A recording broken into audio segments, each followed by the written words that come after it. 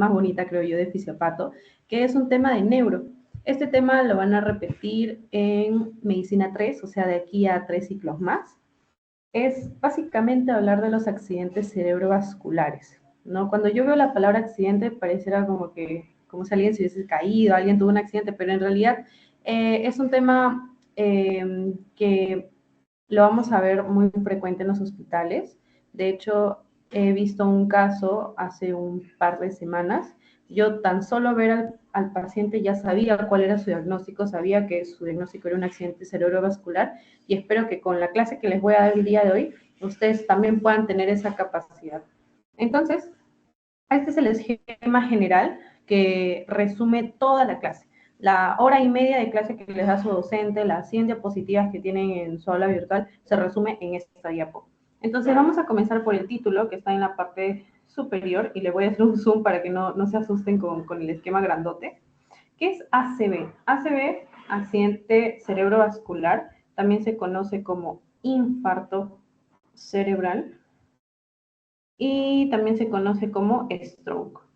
Básicamente, cuando un tejido pierde irrigación, o sea, cuando un tejido a nuestra piel, por ejemplo, no le llega sangrecita o a un órgano ya no le llega sangre, básicamente decimos que ese tejido se ha infartado, se ha muerto. Entonces, en el cerebro, cuando ocurre eso, por ciertos mecanismos que les voy a mencionar en un rato, igual, un infarto cerebral, stroke en inglés, o accidente cerebrovascular. ¿Por qué cerebrovascular? Porque los vasos sanguíneos afectados serían los que irrigan a mi cerebro, no solo mi cerebro, sino también el cerebelo, el tronco encefálico. En general, todo lo que es el encéfalo, ¿no? Cerebro, cerebelo, todo eso se puede ver afectado por un ACV. Incluso también la médula espinal, por la irrigación que tiene, puede sufrir un infarto, ¿no? Pero sería un accidente, un infarto de la médula espinal. Entonces, ¿cómo se define a un ACV? ¿Cómo lo van a encontrar en los libros? Lo van a encontrar así. Alteración del sistema circulatorio, obviamente que irriga el sistema nervioso central, o sea, que irriga a mi cerebro, que irriga a mi cerebelo, que irriga a mi médula espinal. Por tanto, es una condición en la que se altera el suministro de sangre cerebral. Como les decía, infarto es que ya no me llega sangre, que algo se ha muerto, que le ha dejado de llegar sangre. Entonces, depende del área de mi sistema nervioso central que se afecte, que se infarte, que se muera. Depende de eso que yo tenga los signos y los síntomas. Por ejemplo, hay un tipo de accidente cerebrovascular que me da mucho dolor de cabeza, pero hay otro tipo de accidente cerebrovascular que no me da dolor de cabeza. Simplemente la persona de un momento a otro pierde la fuerza, se cae, o simplemente de un momento a otro pierde la visión. Entonces, de acuerdo a qué área de mi cerebro se dañe o se infarte, yo voy a tener los signos y síntomas, ¿ok? Bien, entonces vamos a ver dos tipos de accidente cerebrovascular. El accidente cerebrovascular se divide en dos tipos de acuerdo al mecanismo subyacente, ¿ok? O sea, si ese infarto ha sido porque le ha dejado de llegar efectivamente sangre o si ese infarto ha sido porque ha ocurrido una hemorragia. Entonces aquí, por ejemplo, en la parte izquierda es también del isquémico, de todo lo que es de color azul. Ese es el porque le cortan el suministro de sangre, es como cuando nos cortan el agua en la casa. Y a la mano derecha es el hemorrágico, ¿no? Porque básicamente la arteria, como les estoy dibujando acá a la derecha, la arteria de lo que estaba íntegra se ha dañado en su pared. Como se ha dañado, comienza a salir sangre del vaso sanguíneo. A eso, en términos técnicos, en los libros lo ponen como extravasación sanguínea. ¿Okay? Extravasación sanguínea, simplemente hemorragia, ¿no? Sale sangre de los vasos sanguíneos. Entonces, aquí estamos viendo que por la ruptura vascular se está produciendo una hemorragia. Entonces, como sale sangre, pues ya no le va a llegar sangrecita al tejido que debía. Por lo tanto, es un infarto, pero de causa hemorrágica, un accidente cerebrovascular hemorrágico. ¿Cuál es el más frecuente? El que es por el corte de agua, por el corte de suministro. Es el isquémico, es el más frecuente, 85% de los casos. Entonces vamos a comenzar con el isquémico, ¿ok? El isquémico es porque disminuye la perfusión tisular. Muy fácil, ¿no? ¿Cuáles son los tipos de ACV isquémico, o sea, el corte de agua es para toda mi cuadra, para toda mi manzana, para todo el distrito, o sea, es global el corte de agua, es un ACV isquémico global, o es un ACV isquémico que solo es a mi casa, para mi mala suerte, ¿ok? Cuando es ACV isquémico para todo el cerebro, se le llama ACV isquémico global, que lo están viendo ahí en imagen. Pero cuando es un ACV isquémico solo para un lóbulo del cerebro, recuerden por neuronato que el cerebro tiene algunas metiduras, ¿no? Algunas cisuras que cortan al cerebro en varios lóbulos, no son como partes, como distritos del cerebro, algo así. Está el lóbulo frontal, el temporal, el parietal, el occipital, ustedes ya conocen. Entonces, esas cisuras que determinan lóbulos también determinan las irrigaciones, ¿ok? Un lóbulo determinado, por ejemplo, el lóbulo frontal, tiene una determinada irrigación, el temporal igual, el occipital igual. Bien, entonces el global va a afectar a todo. En cambio, el focal, un determinado lóbulo, o lóbulos pueden ser, ¿ok? Bien, pero el global es a todo. ¿Por qué se produciría un ACV global? Por lo mismo que les decía, ¿no?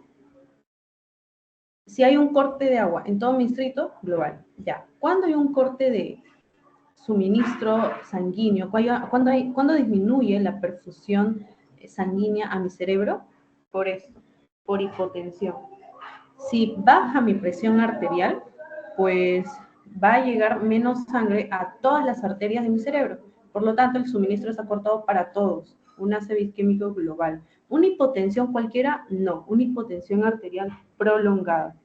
También la hipoxemia prolongada. Recuerden que cuando hay hipoxemia es porque la oxigenación, la saturación de oxígeno de mis eritrocitos está disminuida, ¿no? Recuerden que la saturación de oxígeno es que el oxígeno esté unido al eritrocito y que éste luego pueda transportar ese oxígeno a los tejidos, ¿no? Porque los tejidos recuerden que necesitan oxígeno. Si hay hipoxemia prolongada, entonces todo mi cerebro va a tener menos oxígeno, ¿no? Y va a sufrir isquemia, le va a llegar menos perfusión. Entonces, hipotensión prolongada, hipoxemia prolongada, ACV isquémico global. Cuando es por hipoxemia, como ven acá, se le conoce como encefalopatía isquémica hipóxica. Es el término técnico que ponen en los libros. Luego vamos a ver el tema de los focales, ¿ok? Pero algo que quiero que recuerden de los globales es que la imagen, cuando yo vea una imagen de cerebro, lo que voy a ver es que el infarto se produce en los límites de los lóbulos cerebrales. Miren, lo voy a poner acá. Voy a poner a ver esto.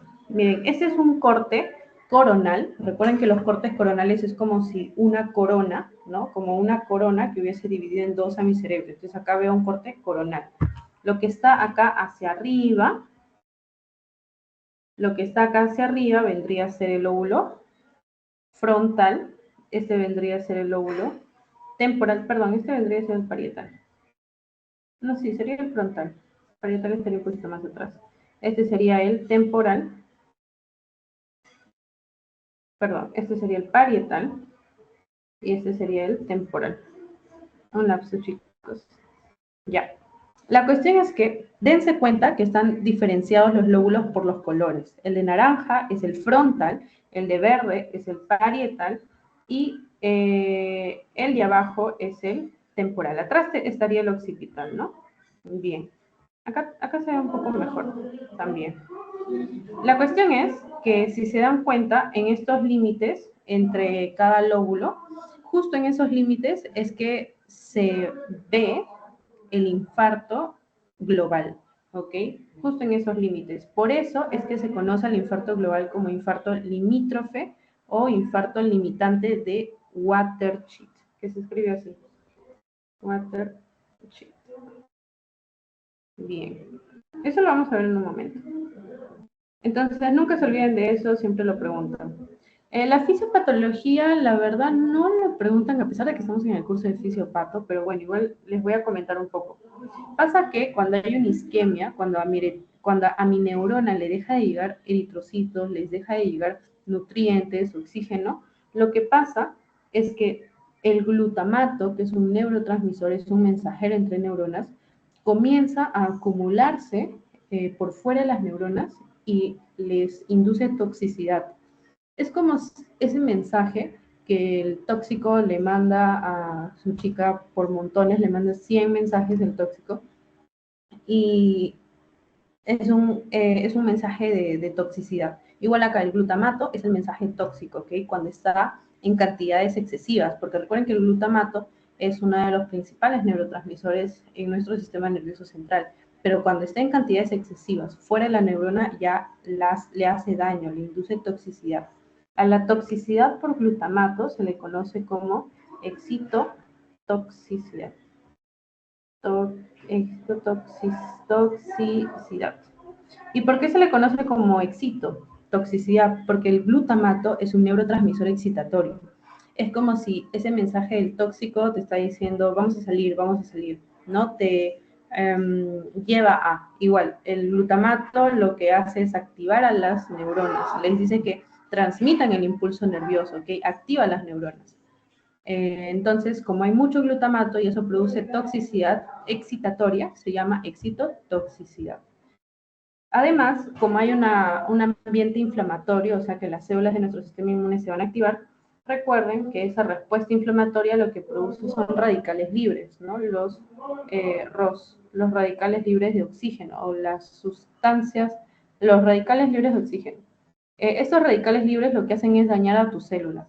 Es básicamente como comida chatarra para las neuronas, las comienzan a destruir.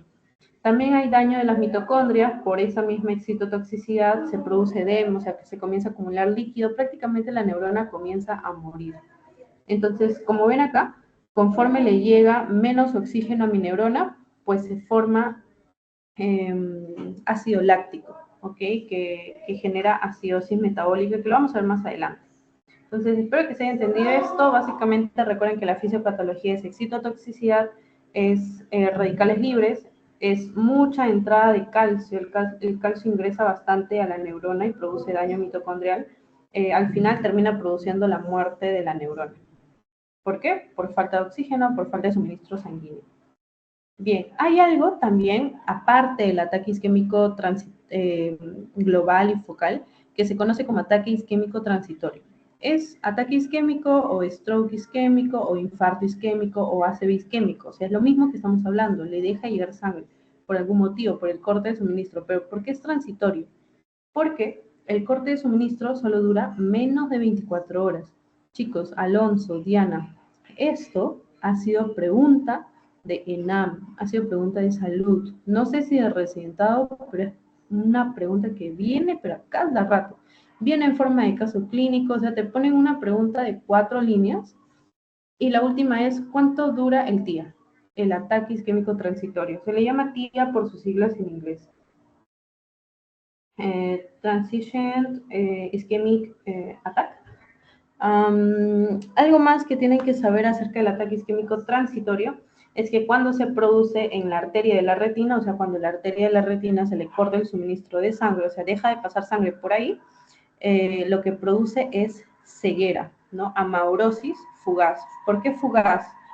Porque en menos de 24 horas se resuelve. Bien. Entonces vamos a ver los tipos de ACV isquémico focal, ¿ok? Son, según la clasificación de Toast, son 5, ¿no? 1, 2, 3, 4, 5, TOAST. El más importante, el más frecuente es la enfermedad de grandes vasos. Es como si la tubería más grande de tu distrito tuviese una placa de sarro enorme por dentro y ese es el motivo por el cual no le llega agua a las casas de ese distrito, que es enfermedad de grandes vasos. Aquí, ¿cuál vendría a ser esa placa enorme que está impidiendo, que está obstruyendo el pasaje de la sangre? Es una placa de ateroma. Entonces, en la enfermedad de aterosclerosis es que vamos a ver que se produce esta enfermedad de grandes vasos y me desencadena un stroke isquémico focal. Otra causa es la inflamación de las arterias, principalmente arterias grandes, no la arteritis. La enfermedad de Moyamoya también, que es básicamente la alteración de la pared muscular, de la pared de las arterias. Como ven acá no hay un engrosamiento. Luego también está la disección arterial. Eso se produce más frecuentemente en los jóvenes, porque ¿En quiénes se produce más frecuentemente la aterosclerosis? Pues en adultos, adultos mayores, ¿no? Están los factores de riesgo de la diabetes, la obesidad, porque recuerden que aterosclerosis es cuando la grasa, el colesterol, se acumula alrededor de la arteria, como sarro, como ya les expliqué hace un ratito. Entonces, obviamente va a ser más frecuente en adultos, adultos mayores. En cambio, disección arterial es cuando, por ejemplo, una persona, un joven, está manejando moto en la Panamericana o en Barranco a altas velocidades y de pronto se estrella, ¿no? Y producto del movimiento, producto del golpe, pues la arteria, una arteria grande, como puede ser la carótida o una arteria vertebral o qué sé yo, una arteria grande se disecciona, ¿ok? Se rompe prácticamente, eso es disección arterial. Entonces, ¿en quiénes es más frecuente la disección arterial? Justamente en personas que están expuestas a este tipo de eventos traumáticos, en jóvenes. Esto de la disección arterial ha sido pregunta también de exámenes. Te ponen el caso clínico de un joven que tiene un accidente automovilístico, que de pronto tiene un ácido isquémico, se le lleva al hospital, se observa en la imagen que es un ácido isquémico y te preguntan cuál es la causa más probable. No vas a poner aterosclerosis, vas a poner disección arterial. Luego está el cardioembolismo, es otra causa, o aparte de la aterosclerosis. ¿Qué quiere decir cardioembolismo? Quiere decir que en el corazón se forma un émbolo. Un émbolo es un coágulo de sangre. ¿Qué es? ¿Cuál es la diferencia con trombo? Un trombo es un coágulo, es un conjunto de células que pueden ser eritrocitos, plaquetas, pero que están adheridos a la pared. En cambio, un émbolo es un coágulo, un conjunto de células, pueden ser plaquetas, eritrocitos, qué sé yo, fibrina, fibras, pero que están acá, están en el lumen, ¿ok? Están en el lumen, o sea, en el espacio dentro de la arteria.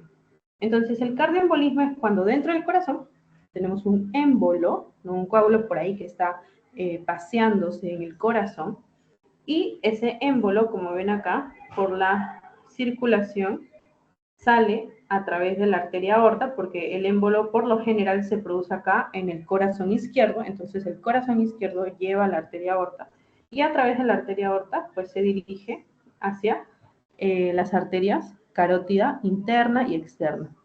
Si se va hacia la interna, la que se introduce, por eso se llama interna, se introduce en el cráneo y va a irrigar a mi cerebro, específicamente al lóbulo frontal y parietal, porque la interna va hacia adelante, ¿okay? Es como si entrara por acá hacia adelante, hacia mi lóbulo frontal temporal. Por lo tanto, ese coágulo, cuando llegue a una arteria chiquita o una arteria de mediano calibre, pues la va a obstruir, porque es un coágulo, es un bulto, es un entramado de células, ¿ok? De fibras.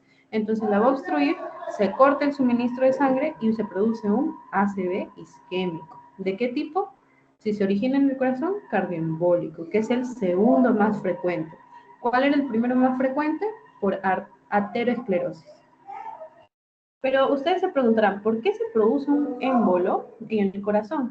Tenemos dos causas, la fibrilación auricular y el foramen oval permeable. Fibrilación auricular quiere decir, lo van a ver más adelante en arritmias, es básicamente cuando el corazón se contrae de una manera loquísima. O sea, ya no es loop, como se debería contraer el corazón, no de manera rítmica, sino que el corazón comienza a contraerse así sin sentido. Entonces la sangre, de lo que debería pasar bonito, la sangre a través del corazón, pasa como de manera muy, muy desordenada. Entonces esa turbulencia que hay en el pasaje de la sangre genera que se forme ese cúmulo de células, ese cúmulo de células sanguíneas, y se forme un coágulo. Por eso es que la fibrilación auricular es una causa de cardioembolismo. Ahora, la fibrilación auricular no es una enfermedad que esté en niños, en jóvenes, es una enfermedad de adultos, adultos mayores. Entonces, si te ponen un caso clínico de una persona que tiene una enfermedad cardíaca, que ha tenido un ACV isquémico, lo más probable es que sea una fibrilación auricular. Pero, ¿qué es el foramen oval permeable? El foramen oval permeable es más una enfermedad que se ve en jóvenes. En realidad, más que una enfermedad, es que durante la vida fetal, o sea, dentro del ambiente materno, cuando estábamos dentro del útero de nuestras madres, lo que ocurría era que había una comunicación, como un óvalo, entre la aurícula izquierda y la aurícula derecha, que lo voy a dibujar acá. Esta es la aurícula izquierda y esta es la aurícula derecha. Y la comunicación está acá entre ellos dos. Ese es el foramen oval. Ese foramen oval en el feto debe estar, sí, pero en los adultos ese foramen oval, perdón, en los recién nacidos ese foramen oval se debe haber cerrado.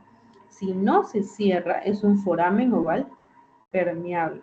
La sangre se combina la sangre de la aurícula derecha, que es sangre venosa, con la de la izquierda, que es sangre oxigenada, y se forma un coágulo, un émbolo que va al cerebro y un ACV isquémico cardioembólico.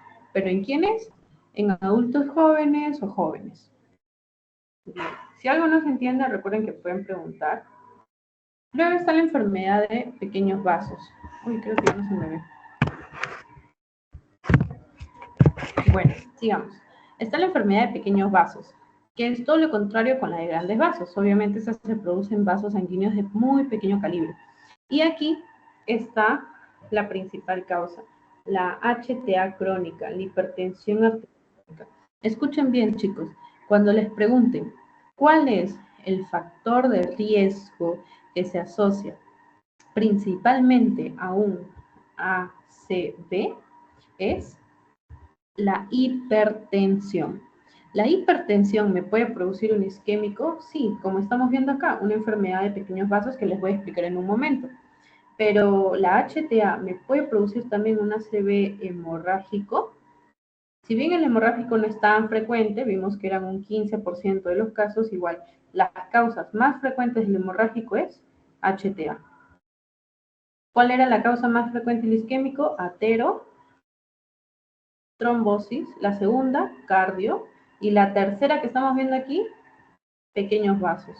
Y una causa alteración de los pequeños vasos que me produce ese isquémico es el HTA o la HTA, la hipertensión. Entonces, HTA en realidad está en ambos, que es un factor de riesgo asociado a ambos tipos de ACV, y eso siempre lo preguntan. Ahora, en este caso, la causa es por una HTA crónica, o sea, una persona, ustedes saben que la hipertensión arterial es el asesino silencioso, o sea, no se manifiesta, no es que la persona con hipertensión arterial tiene dolor de cabeza, náuseas, vómitos, no tiene nada, no lo siente. Entonces, podemos tener hipertensión arterial a los 30 años, lo podemos tener desde los 20 y ni siquiera nos hemos dado cuenta, ¿ok? Entonces, una hipertensión arterial crónica, o sea, que ha pasado muchos años, 20, 25 años, genera destrozos en nuestras arterias, principalmente las del cerebro, las arterias más chiquititas, los pequeños vasos. ¿Qué hace con estas arterias? Las comienza a engrosar. Entonces, de lo que la arteria era de este calibre, ¿no? Su pared era de este calibre, ahora se ha convertido de un calibre mayor. Y a eso se le conoce como lipohialinosis.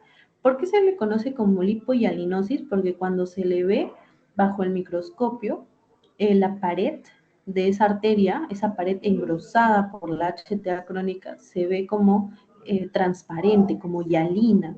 Por eso se le llama lipohialinosis. También puede ser una enfermedad de pequeños vasos por microateromas, o sea, la persona tiene ateroesclerosis, pero esas placas de ateroma, ese sarrito, se acumulan en vasos muy pequeñitos. Entonces, como es poquito sarro, poquito ateroma, pequeño ateroma, se le conoce como microateroma. Entonces, tanto microateroma como HTA crónica me producen enfermedad de pequeños vasos, que es causa de ACV isquémico focal. ¿Cuáles son las arterias más frecuentemente afectadas? Son las arterias lentículo-estriadas. Las arterias lentículo-estriadas, ¿saben por qué se llaman así? Porque irrigan al globo lenticular. Al globo lenticular, que es una estructura en forma de lente, ¿no? Es más o menos así. Es una estructura con forma de lente o semiluna, como lo quieran ver, que se encuentra justo al centro de nuestro sistema nervioso central. Miren, acá se los voy a poner. Este es mi cerebro. Justo al centro de mi cerebro yo tengo cavidades que se les conoce como ventrículos. Y justo por debajo de esos ventrículos, miren lo que tengo. Tengo estas estructuras, ¿cierto? Y miren esta estructura que parece un lente. Ya, ese es el núcleo lenticular. Bien. Bien, bien, bien. Entonces, las arterias que irrigan a esas estructuras profundas de nuestro cerebro, ¿no? Son estas arterias que están viendo acá, las lentículo estriadas. Ahí también hay otras estructuras, ¿no? Como el globo pálido, el putamen, entre otras que podemos ver más adelante, las podemos repasar. Entonces, ¿cómo se le llama a ese infarto por daño de pequeños vasos? Se le llama infarto lacunar, porque acá el infarto, ¿no? Por grandes vasos, pues obviamente es un infarto del lóbulo frontal, por ejemplo, pero es un infarto grandecito, no es de un tamaño moderado. Pero si yo, por ejemplo, tengo acá que esta arteria se ha dañado, esta arteria chiquitita se ha dañado, pues ¿cómo va a ser el infarto? ¿El infarto va a ser todo esto? No, ¿cierto? El infarto va a ser solo una parte muy chiquitita, solo esa parte se va a morir, solo esa parte de tejido cerebral, solo esas neuronas se van a morir. Entonces, como es un infarto muy chiquitito, y miren el tamaño del cerebro, pues parece como si fuese una laguna. Por eso es que se le llama infarto lacunar. Es un infarto chiquitito que se produce por la presencia de lipohialinosis o microateromas en estas arterias chiquititas que se llaman lenticuloestriadas, que irrigan a estos ganglios basales, que son estructuras muy centrales en nuestro sistema nervioso central, ¿no? Están muy profundas, y es la tercera causa más frecuente de un ácido isquémico. ¿Cuál es la clínica de esta enfermedad de pequeños vasos? Es la siguiente. La clínica va a determinarse por a qué estructura de los ganglios basales afecta. Por ejemplo, si afecta al tálamo, ¿dónde rayos está el tálamo? Se los voy a mostrar acá. Miren. Esto de acá, esta estructura que está justo por debajo del ventrículo, justo por debajo de ese espacio, ese vendría a ser el tálamo. ¿Dónde está el hipotálamo? El hipotálamo está más o menos por acá. Ok, más o menos por acá. Entonces, cuando se afecta este tálamo, miren lo que pasa. ¿Qué clínica voy a tener si se afecta este tálamo? Pues voy a tener un trastorno sensorial puro, ¿ok? O una hemiparesia sensorial pura, o sea, la persona ya no va a tener sensibilidad, ¿ok? Ya no tiene sensibilidad al tacto fino, al dolor. Es una pérdida de la sensibilidad pura. Como dice acá, la persona siente que se le entumece en la mitad de la cara, del brazo, del pierna, ¿ok?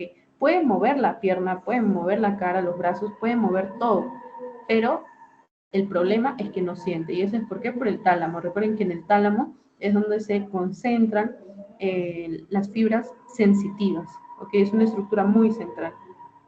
Luego está si se daña la cápsula interna, la corona radiada. También son estructuras de los ganglios basales, pero la alteración es diferente. Acá sí hay daño motor. Es básicamente una hemiparesia motora pura. O sea, no es que no siente, sino es que no tiene fuerza, pierde la movilidad de la mitad de la cara, de un brazo y de la pierna, de un mismo lado, ¿okay? Ya sea del lado derecho o del lado izquierdo. Luego está si se afecta tálamo y cápsula interna, es sensitiva y motor, o sea, pierde sensibilidad y también fuerza. Y luego está la hemiparesia atáxica, que es daño de la cápsula interna, presenta debilidad más ataxia. También está, finalmente, este es que es el más conocido, el que también preguntan regularmente, es el síndrome de disartria manotorpe. Como ven ahí, es por la alteración o por falta de irrigación al puente basal, la cápsula interna, corona radiada, bueno, en fin, y ahí pueden ver que se presenta lo que dice su nombre, disartria, tiene debilidad leve en las manos y torpeza, y tiene también disfagia, ¿no? Y como dice, debilidad facial unilateral. Entonces, todos estos que son síndromes lacunarios, producidas por infartos lacunares, por afectación de arterias lentículo-estriadas, causadas por hipertensión arterial crónica o por microateromas. Luego está el de etiología indeterminada, preguntado también en pasitos de nuestra universidad, incluso en neurología que yo acabo de llevar, he encontrado preguntas acerca de esto. ¿Cuándo es etiología indeterminada? Cuando, por ejemplo, te dicen que tu paciente tiene aterosclerosis, no, o sea, no que ha tenido el ACV isquémico por aterosclerosis, sino que el paciente tiene aterosclerosis diagnosticado y que además tiene una fibrilación auricular. Entonces tiene dos causas de ACV isquémico, fibrilación y aterosclerosis. ¿Cómo sé cuál es la causa realmente? A eso se le conoce como etiología indeterminada, no puedo determinarlo. O si tiene tres etiologías, no sé, tiene hipertensión arterial crónica, tiene aterosclerosis, tiene fibrilación, o sea, típico de un adulto mayor. Cuando ustedes vayan al hospital van a ver que un adulto mayor tiene pues muchas patologías, es pluripatológico y por eso también toma muchos medicamentos. Entonces ahí le llamo etiología indeterminada. ¿Cuándo también indeterminada? Cuando pues no encuentro la causa. No es un paciente totalmente sano, no ha tenido ningún accidente, de pronto tiene un ACV isquémico y ni siquiera sé por qué ha tenido el ACV isquémico. No encuentro la etiología indeterminada. O de repente todavía no le realicé la evaluación completa, ¿no? Como dice ahí. Y finalmente están las otras, que son las raras, las de etiología rara. Etiología rara quiere decir que son causas no muy frecuentes. Por ejemplo, la anemia por células falciformes, recuerden que son células que tienen una forma falsa, ¿no? Tienen una forma de semiluna. Entonces, estos eritrocitos, como tienen forma de semiluna, en un vaso sanguíneo muy pequeñito, en un capilar, se acumulan y lo obstruyen. Y eso genera infartos. La anemia de células falciformes no solo genera infarto cerebral, sino también puede generar infarto del vaso, infarto del hígado, infarto de diferentes órganos, porque se puede acumular en cualquier vaso sanguíneo. Luego está el estado hipercoagulante. Hipercoagulante quiere decir que la sangre de la persona tiende a coagularse, que tiende a formarse coágulos que se pasean como émbolos a través de toda la circulación y que producen un ACV isquémico. Entonces, ¿qué me produce un estado hipercoagulante? Muchas cosas que lo van a ver a lo largo de su carrera. Las más frecuentes, las que siempre preguntan en el ENAM, en el de salud, las fracturas. Por alguna razón, las fracturas, no, estoy hablando de cuando hay una lesión en hueso, es una fractura, es como, tenemos una herida en la piel, pero una herida en hueso, es una fractura, que es una solución de continuidad en el hueso. Produce que la grasita que está dentro del hueso se vaya hacia la sangre y esa grasita de la sangre va a generar que se coagule más, ¿ok? Y produce un estado hipercoagulante. También están los estrógenos, las pastillas anticonceptivas aumentan el riesgo de que la sangre se coagule. Ya. Ya. Y también otra cosa más, anticonceptivos y también los tumores.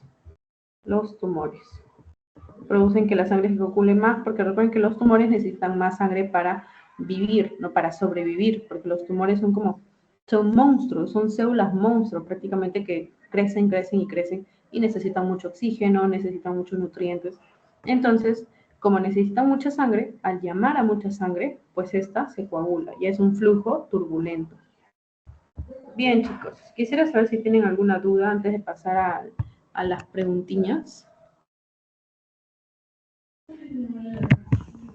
Sí, tenía una consulta. O sea, Sí, dale. cuando me tomando los anticonceptivos en cápsulas, solamente hay un riesgo cuando padece de alguna alteración del corazón, o con el tiempo, a lo largo del tiempo, si se sigue consumiendo, podría generar un ACV. Ya. Es por añadidura. O sea, si además de los anticonceptivos tienes obesidad, tienes síndrome ovario poliquístico o tienes más patologías, eso aumenta el riesgo a que tengas un ACV isquémico por estado de hipercoagulabilidad, ¿no? Porque la sangre se coagula, como tú bien lo mencionaste. Recuerda que cuando hablamos de estos temas, cuando hablamos de causas, No es que ya tomo una pastilla anticonceptiva o tomo, o no sé, tengo hipertensión de un día, ya voy a tener este evento catastrófico, voy a tener esa enfermedad. No, no es así. Acá en medicina se practica mucho lo que son probabilidades, ¿no? En los libros más avanzados, en UpToDate, por ejemplo, te colocan ahí persona que consume pastillas anticonceptivas. ¿Cuál es su probabilidad de tener un ACV isquémico? ¿No? Y te colocan 40%, 30%. Luego te colocan si es fibrilador, si tiene fibrilación auricular, ¿cuál es su probabilidad de tener ACV isquémico? No es que la va a tener, ojo, no es que la va a tener sí o sí, es una probabilidad. Puede como que no. Ok, puede que nunca tenga un ACV isquémico, un fibrilador, puede que fallezca de otra cosa, ¿no? Pero es una probabilidad, no es que sí o sí te lo va a dar al día siguiente. Pero cuando aumenta la probabilidad, cuando tienes otros factores que suman para que tengas ese desenlace, ¿no? La obesidad, trastornos hormonales y todo eso. ¿Se entendió? Sí, gracias. Ya, genial. No, gracias a ti, gracias por la pregunta, porque a veces yo he visto en el hospital, ¿no? Pacientes que tienen, no sé, alguna enfermedad o pacientes que están postrados en cama. Ah, eso también no les comenté. Pacientes que están postrados en cama mucho tiempo, ¿no? En cama de hospital o los mismos adultos mayores que están en cama mucho tiempo, también tienen riesgo de que la sangre tienda a coagularse y producir un ACV isquémico o un infarto de otros órganos. Pero lo ves, está en cama meses, meses. Yo hice un paciente que tenía un paciente neurológico, recuerdo que tenía miastenia gravis, si mal no recuerdo, o un ELA, no recuerdo muy bien, pero estaba postrado en cama meses y no tenía estado de hipercoagulabilidad. O sea, sus parámetros, que ustedes lo van a ver más adelante, se hace un examen de laboratorio para ver si tiene hipercoagulabilidad o no, y no tenía. Entonces, en el hospital van a ver eso, son casos de repente por ahí raros, van a ver cosas más frecuentes, pero depende mucho, ¿no? Son probabilidades. Ya, entonces ahora sí, vamos con las preguntas. A ver, ¿quién me dice? ¿Qué tipo de accidente cerebrovascular es el más común?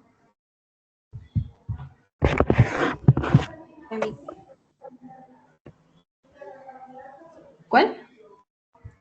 El isquémico. Excelente, el isquémico. Aprox 75%, ¿cierto?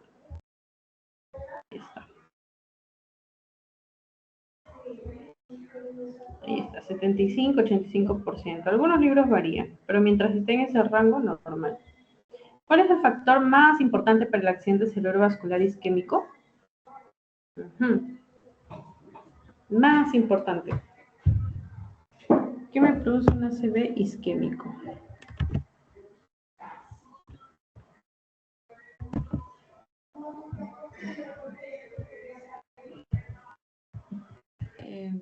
Yo me acuerdo de la hipertensión arterial, pero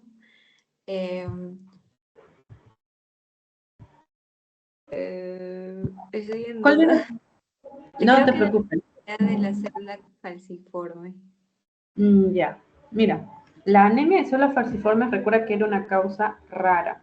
Y acá me preguntan, ¿cuál es el factor de riesgo más importante para el ácido isquémico? Yo también cuando vi esta pregunta dije, ¿por qué necesita hipertensión arterial? Ya, hipertensión arterial probablemente no lo coloquen como pregunta porque hipertensión puede ser tanto para isquémico como para hemorrágico, ¿no? Lo expliqué hace un momento.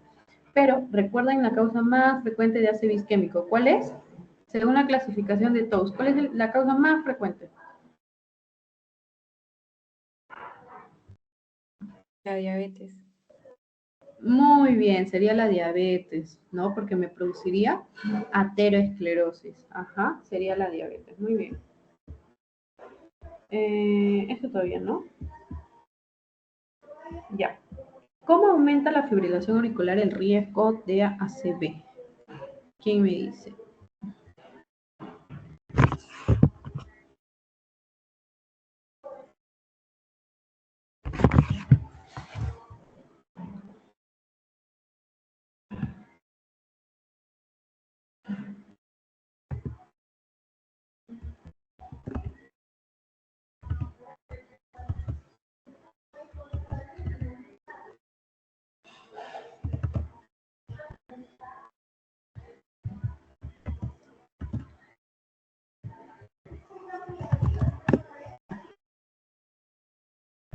Los escucho.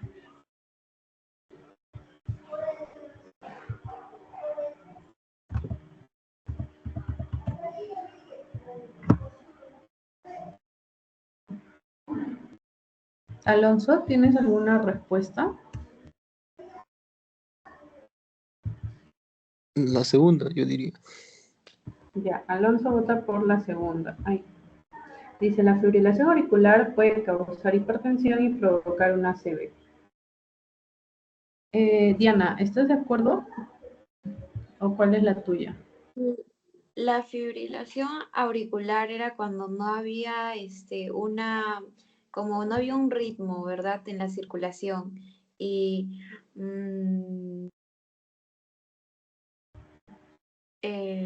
yo creo que puede ser la última. La última. Se pueden formar trombos en el apéndice y embolizarse causando un ACV. Ya, excelente. A ver, vamos por la primera. Dice, la inflamación de los vasos sanguíneos ocurre con la fibrilación auricular, lo que resulta en un ACV en un ACV isquémico.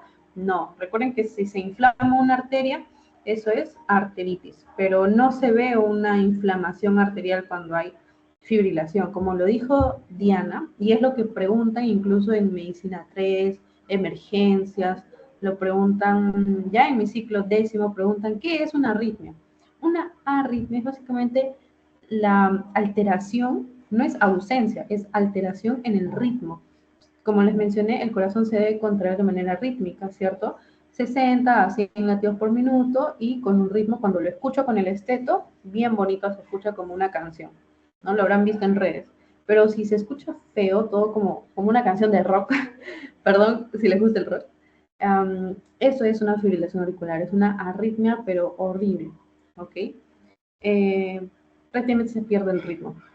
Entonces, la B no podría ser porque no me causa una hipertensión. Es simplemente que se forma un trombo, un coágulo debería ser acá, un coágulo o un émbolo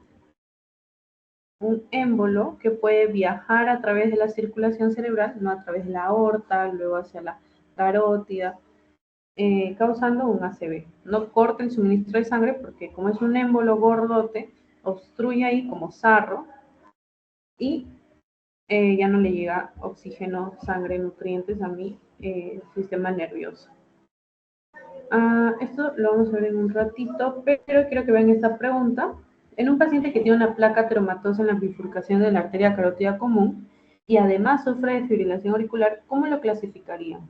Alonso y Diana. Indeterminado, porque Muy bien. hay más. ¿Por qué hay qué? Había más de dos. En ese caso llegaría a ser que tiene una placa ateromatosa y también tiene la fibrilación auricular. Muy bien, excelente. Esa es etiología indeterminada. Embólico sería solo si es fibrilación, ¿verdad? Y obviamente acá sería un paciente más o de 50 años, ¿no? Para que tenga la fibrilación. Y para que más tenga una placa ya debe tener sus 60 o más, ¿no? 70. Ateromatoso no es solo ateromatoso. Enfermedad de pequeño vaso no es solo pequeño vaso. No habitual, esto creo que se refieren a las raras, pero no tiene anemia de células falciformes, no tiene estado de hipercoagulabilidad. Entonces está excelente. Siguiente. No, eso todavía no. La causa más frecuente de cardioembolismo, ¿cuál es?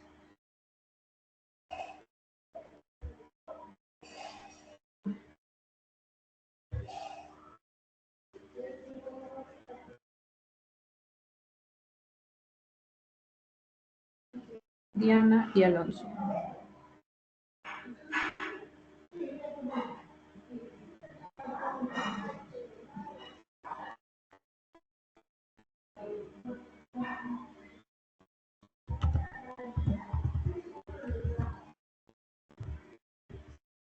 Creo que sería la presencia del foramen oval, ya que el cardioembolismo era cuando la placa viajaba, ¿verdad? El émbolo, ¿cierto? El émbolo. Ajá, sí.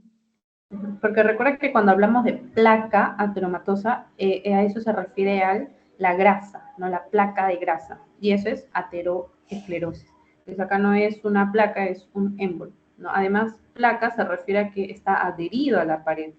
Y cuando está adherido a la pared se le llama trombo, ¿no? Émbolo es cuando no está adherido a la pared, está libre. Entonces, ya, presencia de foramen oval permeable y fibrilación auricular son causas de cardioembolismo, ¿no? Porque en ambos casos se forma un émbolo, un coágulo que puede ir hacia... Pero acá, esta es una pregunta trampa, porque ambas son causas de cardioembolismo. La cuestión es aquí haber leído un poquito más, algún libro por ahí, que me diga cuál es la causa más frecuente. La más frecuente es la que se da en los adultos mayores. O sea, ¿cuál sería, chicos? La fibrilación auricular. Muy bien, sería la fibrilación auricular, excelente. A ver, esta pregunta de acá es la misma, solo que la puse para que vean que se repite. Otra pregunta más. Ya, ya, esta. Este es un caso clínico muy largo, lo sé, pero se los pongo para que vean que al final preguntan por fisiopato. O sea, este es fácil, esto lo he sacado de un examen del USMLE, que es un examen para ser médico, pero en Estados Unidos. Las preguntas son larguísimas, de verdad es horrible ese examen, pero para que vean que al final termina siendo un poquito más fácil, te dice que es un hombre de 65 años. Vamos a resaltar lo más importante porque también me da pereza ver esto. Dice que llega con una queja de entumecimiento del lado derecho. Ajá, entumecimiento, se está perdiendo la sensibilidad en el lado derecho durante 5 horas. ¿No? En el lado derecho no dice de dónde, pero bueno, el lado derecho de algo. Dice, comenzó en el lado derecho de la cara, ha progresado al mismo lado del brazo y la pierna. Miren que ahí todo es alteración sensitiva, no tenemos alteración motora. El paciente niega debilidad de extremidades. Ajá, no hay debilidad motora. No es que se cansa al caminar ni nada. Un momento, chicos, se acaba la batería de mi celular. Ya. Ya. Entonces, sigamos leyendo. Creo que me ven al revés. Ya. Lo siguiente que menciona es que... Ay, un momento.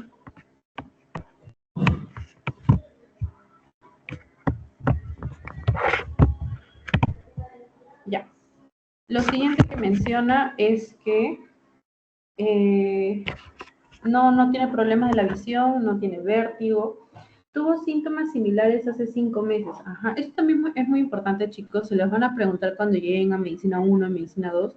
Les van a preguntar, ¿este paciente ha tenido los síntomas por única vez? O sea, ¿ha sido reciente? ¿Ha sido algo agudo? Agudo es eh, como las palabras no agudas en las que la tilde sonaba más fuerte en la última sílaba. En cambio, crónico es como quien dice las esdrújulas, ¿no? O sea, va más allá. Igual, agudo es algo que ocurre recién, hace menos de 2 semanas o hace un día. En cambio, crónico es ya cuando pasan meses que la persona se siente mal. Entonces, se podría decir que este es un evento crónico, porque dice que hace 5 meses tuvo lo mismo, pero resolvió en 10 minutos. Los antecedentes médicos dicen que tiene diabetes, tiene hipertensión, tiene dislipidemia, o sea, tiene muchos lípidos en sangre, tiene también hiperuricemia, ¿no? Mucho ácido úrico en sangre. Entonces, como todo paciente adulto mayor, pues es pluripatológico y tiene polifarmacia, o sea, quiere decir que consume muchos medicamentos. Toma alopurinol, amlodipina, aspirina, glimepirida, lisinopril, o sea, todos los medicamentos necesarios, que lo van a revisar en fármacos seguramente si todavía no lo han revisado. Su presión está elevada, está en 165, 102. Menciona también que no se observa caída facial, o sea, no tiene debilidad motora, puede mover bien los músculos de la cara, todo. Fuerza muscular normal, pero que tiene disminución de la sensación del pinchazo y de la propiocepción del brazo y la pierna. O sea, propiocepción es que no localiza dónde se encuentra esa parte de su cuerpo con los ojos cerrados. No sabe la ubicación exacta de las partes de su cuerpo, ubicarlas en el espacio, no reconoce. La marcha es normal, la glucosa en sangre es 221, no tiene hiperglicemia. La resonancia magnética muestra que hay una restricción de la difusión de 15 milímetros en el tálamo izquierdo. O sea que hay un infarto en el tálamo, que es una estructura muy profunda. ¿De quién? De mi cerebro. Como es una estructura muy profunda, lo irrigan vasos sanguíneos muy chiquititos. Entonces recuerden que cuando hay una obstrucción en ese vaso sanguíneo chiquitito se llama enfermedad de pequeño vaso. No es gran vaso como la aterosclerosis, es pequeño vaso. Entonces, ¿cuáles eran las dos causas? Hipertensión crónica y microateroma. La hipertensión crónica genera cambios en ese vaso sanguíneo, genera engrosamiento. Ese engrosamiento, cuando lo veo en la placa histológica, se observa como un engrosamiento hialino, lipohialinosis. Entonces, nos preguntan, ¿cuál de los siguientes es el componente más crucial en el desarrollo de la afectación de este paciente? Bueno, ya me dicen que tiene hipertensión, ya me dicen que tiene diabetes, puede ser cualquiera de los dos. Puede haber sido un microateroma o una hipertensión arterial crónica, pero recuerden que la causa más frecuente de enfermedad de pequeño vaso es HTA crónica, que es lo más frecuente. ¿Cuál sería la respuesta? Lipohialinosis de pequeñas arterias penetrantes, ¿no? Las arterias lentículas estriadas que, si se acuerdan del dibujo, penetraban en los ganglios basales, ¿no? Las estructuras muy centrales, por hipertensión crónica. Una pregunta aparentemente difícil, pero que sabiendo bien bonito el tema, se resuelve. Entonces, estas son preguntas adicionales, las pueden revisar luego, pero son preguntas fáciles de responder, básicamente con todo lo que les he enseñado. ¿Cuánto dura el día? Menos de 24 horas. Menos de 24 horas. Y como verán acá es pregunta usual de salud, de NAM, residentado. Luego dice paciente que presenta náuseas, vómitos, tiene hemiparesia. Recuerden que paresia quiere decir pérdida de la fuerza muscular. ¿Ok?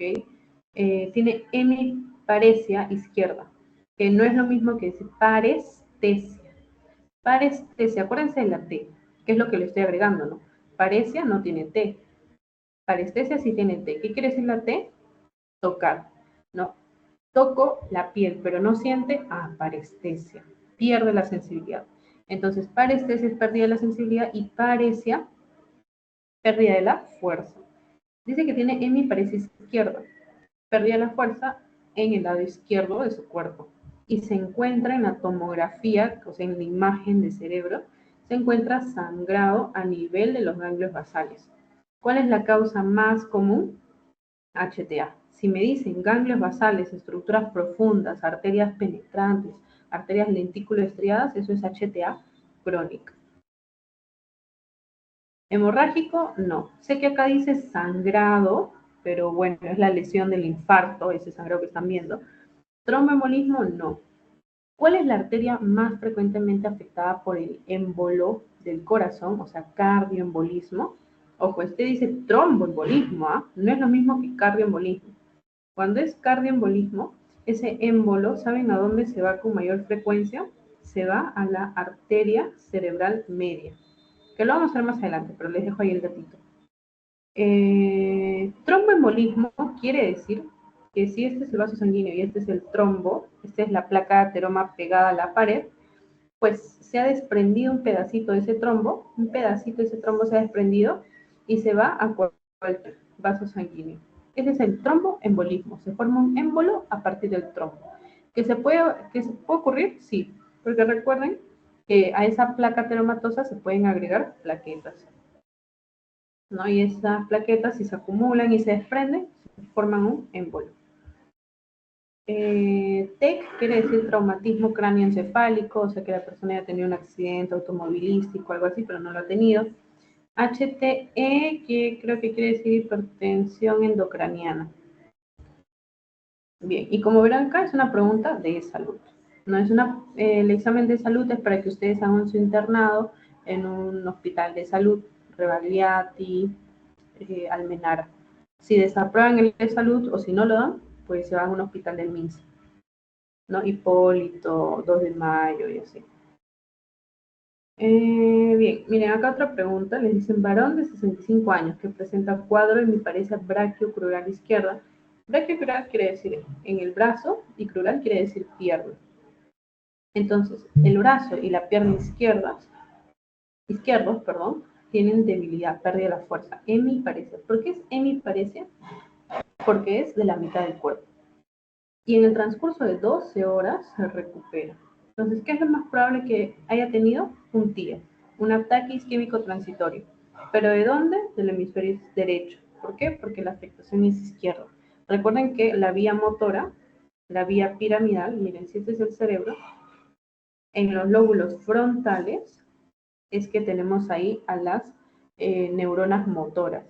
Esas neuronas motoras que son grandotas llevan sus axones así, miren, así. Este es el tronco encefálico, esta es la médula oblongada, esta es la médula oblongada, o que también se llama bulbo raquídeo del tronco encefálico.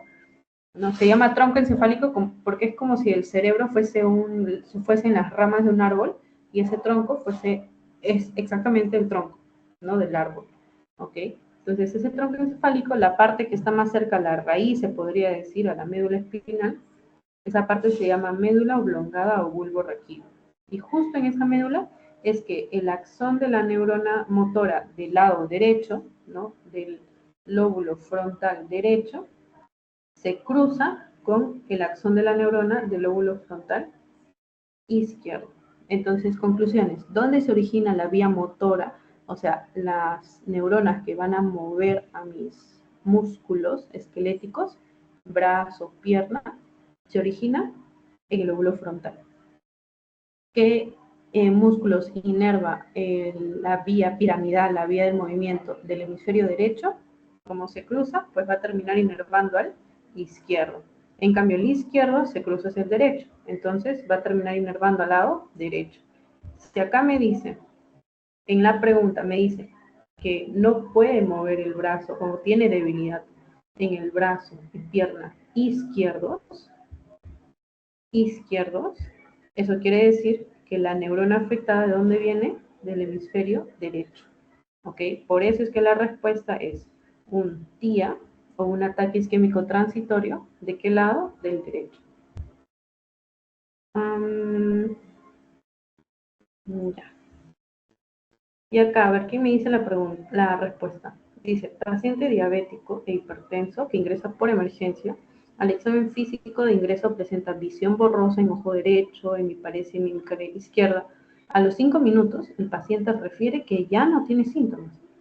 Y al examen físico se observan signos de focalización. ¿Cuál es el diagnóstico? O sea, ¿qué es lo que ha tenido?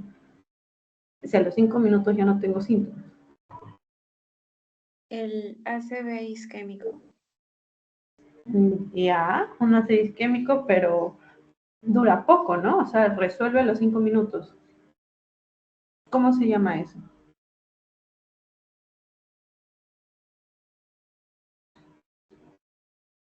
Si es transitorio, dura menos de 24 horas. ¿Cómo se le llama?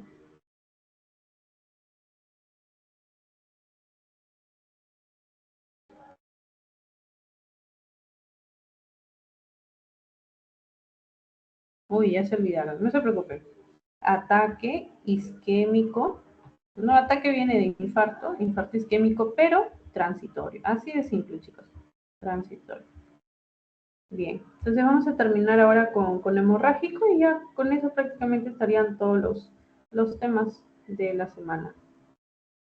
El hemorrágico, por otra parte, como ven acá, es el 15% de los casos.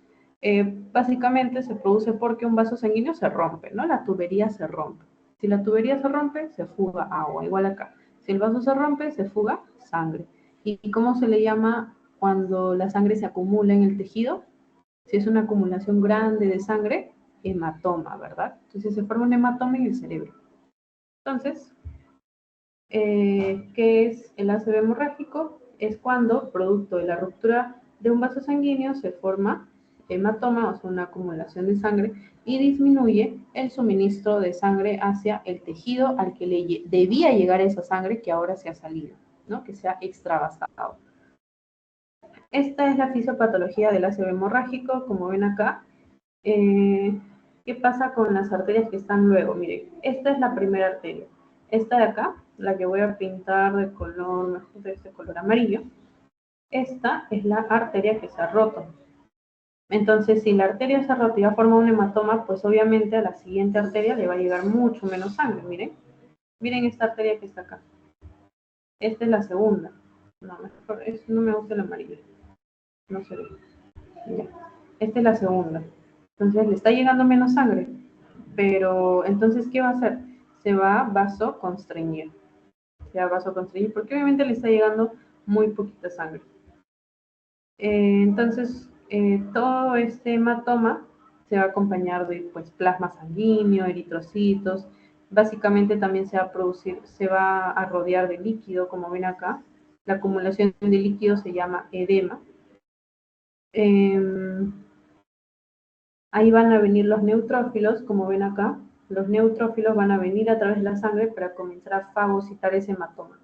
Y el hematoma va a ir disminuyendo de tamaño progresivamente. ¿Qué se produce acá en un ACV hemorrágico? Inflamación, porque van a llegar los neutrófilos, los macrófagos a fagocitar. Los astrocitos, recuerden que los astrocitos son los que fagocitan a las células. Imagínense que esta zona, a ver, lo voy a poner acá. Imagínense que esto que voy a pintar de color verde, todo esto es el infarto. Imagínense que todo esto es un infarto. Ese centro de infarto, de células infartadas que se han muerto, que ya no tienen solución, se le conoce como core. Core viene del núcleo. Ahora, alrededor de ese infarto hay células, todo lo que estoy rayando. ¿Hay células? Sí. ¿Hay neuronas? Sí. Pero, ¿qué pasa con esas neuronas? ¿Están infartadas? ¿Ya han muerto? No, no han muerto. ¿Pero están en riesgo de morir? Sí, porque están alrededor del área infartada. Entonces, ¿cómo se le llama a esa zona de neuronas que están en riesgo de infarto? Se le llama zona de penumbra. Zona de penumbra. Bien, eso básicamente les quería comentar. Se produce también estrés oxidativo porque recuerden que si no le llega oxígeno a mis células, producen ácido láctico, producen radicales libres de oxígeno. Excitotoxicidad, recuerden que es toxicidad. ¿Por qué neurotransmisor, chicos? Diana y Alonso. ¿Qué neurotransmisor excitatorio, cuando está aumentado, produce toxicidad? Excitotoxicidad. El glutamato. Muy bien, glutamato. Y esto te vas a acordar en neuro, en medicina 3, perdón, en noveno ciclo, ahí vas a volver a ver lo que es excitotoxicidad. Y bueno, citotoxicidad propiamente dicho, ¿no? Porque la célula se muere. Las mitocondrias se dañan por los mismos radicales libres y bueno, en fin. En los ACV hemorrágicos, a los libros les gusta colocar dónde está la hemorragia. Entonces la hemorragia puede estar dentro del cerebro. Dentro del cerebro quiere decir o en el parénquima cerebral, o sea, intraparenquimatosa, parénquima, o en los ventrículos, intraventricular, ventricular. ¿Cuál es la más frecuente? La parenquimatosa. Intracerebral, como ven en la imagen, dentro del cerebro.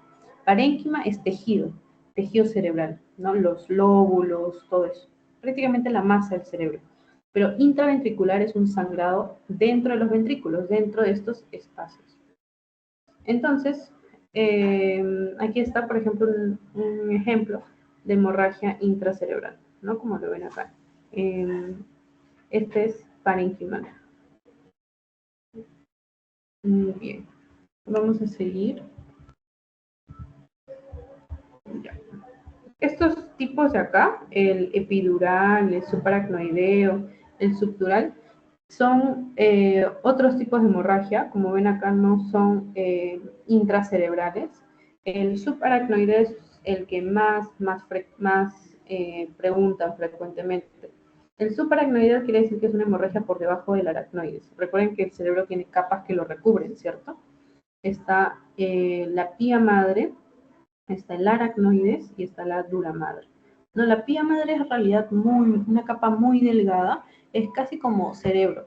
Lo habrán visto en el curso de anato, no sé si han llevado anato presencial, yo no, pero realmente está muy pegadito, es muy difícil de quitar la pía madre del cerebro porque están tan pegados. Luego está el aracnoides, ¿no? El aracnoides. Y finalmente está la dura madre. Entonces, por debajo del aracnoide, subaracnoide.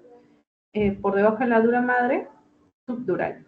Y por encima de la dura madre, hematoma epidural. ¿Cuál es la diferencia? Que si se dan cuenta acá, el hematoma epidural es biconvexo.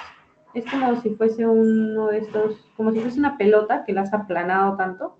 Ya, eso es biconvexo, ¿no? Que tiene dos lados, como un rompemuelle, ¿no? Como bordes de una pelota, dos lados gorditos, pero es muy delgado.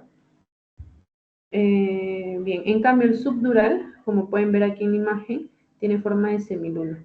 Algunos le dicen que tiene forma de platanito. Y al subdural le dicen que tiene forma de plátano, el hematoma. En cambio que el epidural tiene como forma de naranja, algo así. Bien. Y acá a la mano derecha vamos a ver la etiología, o sea, las causas que producen un ACV hemorrágico. El ACV hemorrágico se puede producir por hipertensión arterial. La hipertensión arterial puede producir hemorragia, sí, porque básicamente la hipertensión hace que mis vasos sanguíneos estén alterados, su pared está alterada y que en algún momento se pueda producir hemorragias. Luego está el Smash U, viene de S, significa daño estructural. M significa medication. La A significa angiopatía. Angiopatía viene de angiopatía. Angiopatía, angio quiere decir vaso sanguíneo. Pati quiere decir enfermedad o alteración. Luego viene la S. La otra S, enfermedad sistémica. La segunda S es de enfermedad sistémica, systemic disease. La H, ¿qué pasó? La H es de hipertensión y la U es de indeterminada, ¿no? En inglés, undeterminated. Bien, entonces vamos a comenzar con la que dice hipertensión. Como ya les comenté, es por básicamente daño del vaso sanguíneo y se termina rompiendo.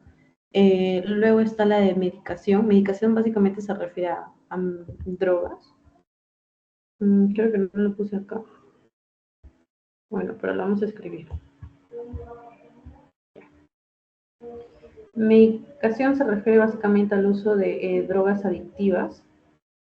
Es ese paciente que llega a la emergencia y que dicen, no sé, que consume sustancias psicoadictivas, ¿no? Drogas, y que de pronto ha tenido un dolor de cabeza por el sangrado, ¿no? Como es sangre ahí acumulada dentro de tu cerebro, pues genera presión y esa presión hace que tengas dolor de cabeza. Por eso es que cuando tenemos un ACV hemorrágico, es que la persona viene y te dice, tengo un dolor de cabeza, y lo vamos a ver en los casos clínicos más adelante.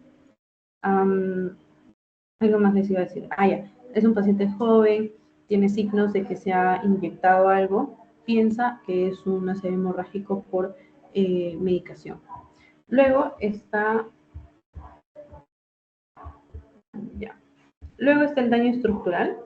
Daño estructural se refiere a que el vaso sanguíneo tiene estas debilidades en su pared. ¿Cómo les explico?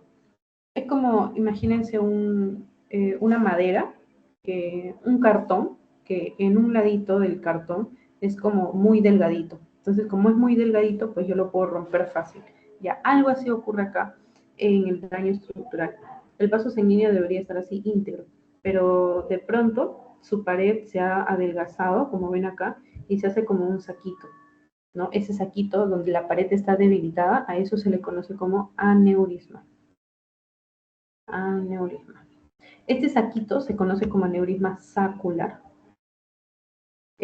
porque es como un saquito.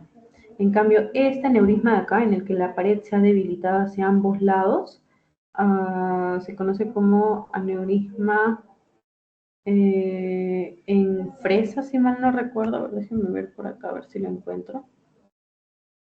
No lo encuentro por acá. A ver, vamos a buscar. Tipos aneurisma. No recuerdo el nombre. Ah, ya. Es aneurisma fusiforme. Fusiforme. Bueno, tiene sentido porque fusiforme quiere decir que algo tiene forma de uso. Un uso es un palito, no sé si has visto esos palitos que tienen alrededor un ovillo de lana. Entonces la lana al centro pues es gruesa y los extremos que se ven son los extremos delgados del palito. Entonces, bueno, tiene sentido acá también, hace sentido porque los extremos son delgaditos y al centro es gordito, ¿no? Forma de uso fusiforme. Entonces, podemos tener aneurismas, las personas pueden tener aneurismas, sí, son asintomáticos, o sea, no se sienten, y de pronto la persona no se tiene algún estrés emocional y de pronto se rompe. Los aneurismas son más frecuentes en mujeres adultas o adultas mayores, y como les comento, ante estos eventos de estrés se rompen repentinamente. Entonces, la ruptura de un aneurisma genera, pues, una hemorragia, un hematoma, un ACV hemorrágico. Malformación arteriovenosa quiere decir que por alguna razón entre las arteriolas y las vénulas esos vasos sanguíneos están como muy desordenados, muy debilitados. Esa es malformación arteriovenosa. Y trauma, pues quiere decir que el paciente se ha caído, se ha lesionado una arteria y se produce hemorragia. Angiopatía amiloide se produce en el Alzheimer, es una enfermedad entonces de adultos mayores. En el Alzheimer, obviamente, yo voy a tener síntomas en el adulto mayor, entonces no sería una enfermedad aguda, sino sería una enfermedad crónica. Básicamente se acumulan estas proteínas que se llaman proteínas de amiloide. Las proteínas de amiloide son proteínas como las que tenemos dentro de nuestras células, solo que por alguna razón están todas dañadas, todas horrorosas. Entonces, como están horrorosas y no se pueden degradar por el proteasoma, que recordarán de biología, que es como el basurero de las proteínas, se llama proteasoma. Bueno, no se pueden degradar, entonces se acumulan alrededor de los vasos sanguíneos. Y como se acumulan alrededor de los vasos sanguíneos, lo hacen susceptible a la ruptura. Se rompe y eso produce hemorragia. Entonces la angiopatía amiloide también produce ACV hemorrágico. Y luego está el de enfermedad sistémica, que sinceramente estoy buscando por acá, pero no recuerdo exactamente a qué se refería. Una enfermedad sistémica que se me puede ocurrir ahorita es una neoplasia, un cáncer, o la cirrosis, también que puede encontrar la cirrosis, menciona que puede producir esto, un ACV hemorrágico. E indeterminada es lo mismo que vimos en ACV isquémico. Bien, chicos, entonces, si no hay ninguna pregunta, vamos a ver. Ya. Esto no se los mencioné, pero aquí no debería decir hemorrágico, aquí debería decir isquémico. Esto es ganglios basales, obviamente. Ya. Pregunta. ¿Cuál no es un factor de riesgo para hemorragia intracraniana? Coagulopatía, nivel de colesterol alto, uso de anticoagulantes, hipertensión arterial, angiopatía amiloide. ¿Cuál no es de hemorragia intracraniana?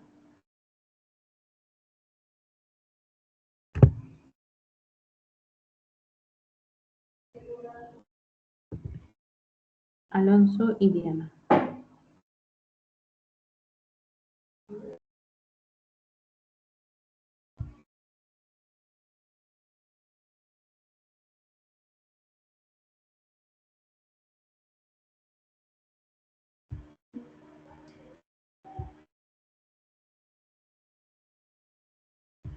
Chicos,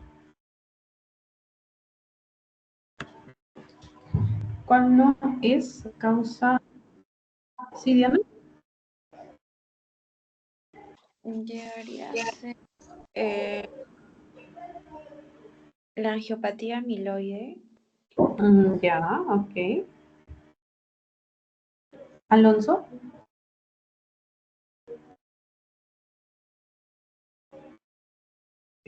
Igual, creo, igual. Ya, ok. Recuerden, como ya lo hemos visto anteriormente, hemorragia intracraniana es porque se rompe el vaso sanguíneo y comienza a sangrar y sangrar. Ahora, normalmente hay vasos sanguíneos que se rompen en nuestra piel, sí. ¿Okay? En nuestro cerebro por ahí hay algunos chiquititos que se pueden romper. O sea, normalmente hay ruptura de vasos sanguíneos en nuestro cuerpo día a día, sí. Ok, sí. Pero recuerden que dentro de nuestro cuerpo hay plaquetas, hay factores de coagulación que lo que van a hacer es tapar esa herida del vaso sanguíneo, lo van a taponar, que como una curita que tenemos de por sí en nuestro cuerpo, lo van a tapar y ya va a dejar de sangrar, se cura. Pero ¿qué pasa si no se puede curar? ¿Qué pasa si no se produce la coagulación? ¿Qué pasa si no se tapone esa herida? Porque hay un problema de la coagulación. Entonces, las coagulopatías producen que el sangrado siga y siga y siga y nunca se repare ese vaso sanguíneo. Y entonces, ¿la coagulopatía me produce hemorragia? Sí, no es la respuesta. Uso de anticoagulantes. El uso de anticoagulantes, si bien lo vimos como causa de ACV isquémico por hipercoagulabilidad, también puede producir un evento hemorrágico, aunque principalmente asociado a patologías de la coagulación, coagulopatías. Eso lo vamos a ver más adelante, igual no se preocupen. Vamos a ver todas las causas de coagulopatías. Ay, perdón, me equivoqué. Anticoagulantes. Anticoagulantes. Anticoagulantes quiere decir que inhiben la coagulación. Igual, si no se coagula, no se repara, sigue sangrando. Es causa de hemorragia. Uso de anticoagulantes me genera hemorragia. Hipertensión arterial, sí les mencioné que es la principal causa. Hipertensión arterial como hemorragia. Angiopatía amiloide les mencioné que se presenta en el Alzheimer, en los adultos mayores, ¿no? Las proteínas amiloides, que son proteínas horrorosas que no se degradan, se comienzan a depositar alrededor de los vasos sanguíneos y eso los hace más susceptibles al sangrado. Entonces, acá, ¿cuál no es la respuesta? Nivel de colesterol alto, porque recuerden que el colesterol alto, el colesterol que es una grasa, ¿en quiénes estaría? En los pacientes que tienen las placas de ateroma. Entonces, el colesterol alto quiere decir, en pocas palabras, aterosclerosis. Y eso no es respuesta. Claro, sí, porque cuando es colesterol es de isquémico por la obstrucción, ¿verdad? Exactamente, es la causa más frecuente del isquémico. Okay. Entonces, en conclusión, chicos, TOAST, que ven a la izquierda, causas del isquémico, ¿no? SMASH U, causas del hemorrágico. Recuérdenlo, les van a preguntar, TIA les van a preguntar, el global no creo que mucho, excitotoxicidad sí les van a preguntar. ¿Cuál es el más frecuente? Isquémico, eso siempre pregunta, yo estoy cansada de esa pregunta. Este es un término que está en los libros, no sé si les venga, pero igual se los menciono. Algunos libros colocan que oligoemia benigna es cuando disminuye la perfusión de mi cerebro, de un área de mi cerebro, pero no se infarta, o sea, no se muere. Por eso se llama benigna, porque es buena, ella es buenita, B de buena. Oligoemia quiere decir menos sangrecita, no poca sangre. Entonces, menos perfusión cerebral, pero buenita, no se muere el tejido. Bien, chicos. Miren, hemos abarcado aprox 2 horitas, creo, 1 hora y media. Sí, 1 hora y media. El objetivo de esta asesoría no ha sido ser como explicar todo acerca de ACV, sino que ustedes entiendan lo básico, porque veo que todavía hay deficiencias, entonces vamos a continuar a ver con alguna otra pregunta para que puedan seguir practicando. A ver, no creo que estas están. Ya, miren, esta pregunta no se les había presentado, pero recuerdo que también las mencionan en Fisiopato. Preguntan, ¿por qué células son las más susceptibles a infarto? Las células de Purkinje. Son particularmente susceptibles a la muerte celular por hipoxia y isquemia. ¿Por qué? Porque las células de Purkinje trabajan como no tienen idea. Las células de Purkinje están en la corteza del cerebelo, ¿ok? Forman una de las 3 capas de la corteza del cerebelo y trabajan a full. ¿Ok? Para la coordinación, para mantener la postura, porque creen que no nos caemos fácilmente, porque creen que podemos mantener la postura. Parece algo fácil de decir de nuestra vida cotidiana, pero en realidad tiene todo un fundamento fisiológico y es gracias al cerebelo, ¿ok? Entonces, trabajan demasiado y como trabajan tanto, pues necesitan tanta energía. Entonces, al primer corte de suministro, al primer corte de agua, al primer corte de sangre, ellas sufren más que las otras. sufren más que las que no trabajan, por así decirlo. Entonces son las células de Purkinje. Ya. A ver, ¿qué más preguntan? ¿Qué más preguntan? Acuérdense también que es una zona de penumbra, que es un core. Acuérdense también cuál es la arteria que más afecta en un cardioembolismo, que es la arteria cerebral media. Eso de las arterias les pueden consultar, sí. No quisiera continuar hablando y hablando porque lo que yo quiero es que ustedes aprendan de verdad. Entonces, acabo de ver, Diana y Alonso, que justo ustedes marcaron, bueno, todos en realidad marcaron que podían tener 2 asesorías a la semana. Así que, a ver, primero voy a dejar la grabación.